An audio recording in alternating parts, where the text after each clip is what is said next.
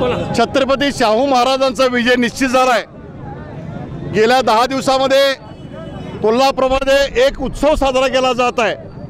प्रत्येक घरातल्या आया बहिणी लहान थोर सर्वजण शाहू महाराज म्हणतात। या देशामध्ये उच्चांकी मतानं शाहू महाराज निवडून येतील याची खात्री झाल्यानंतर संजय मंडलिक आणि भारतीय जनता पक्षाच्या मंडळीची पायाखालची वाळू घसरलेली आहे।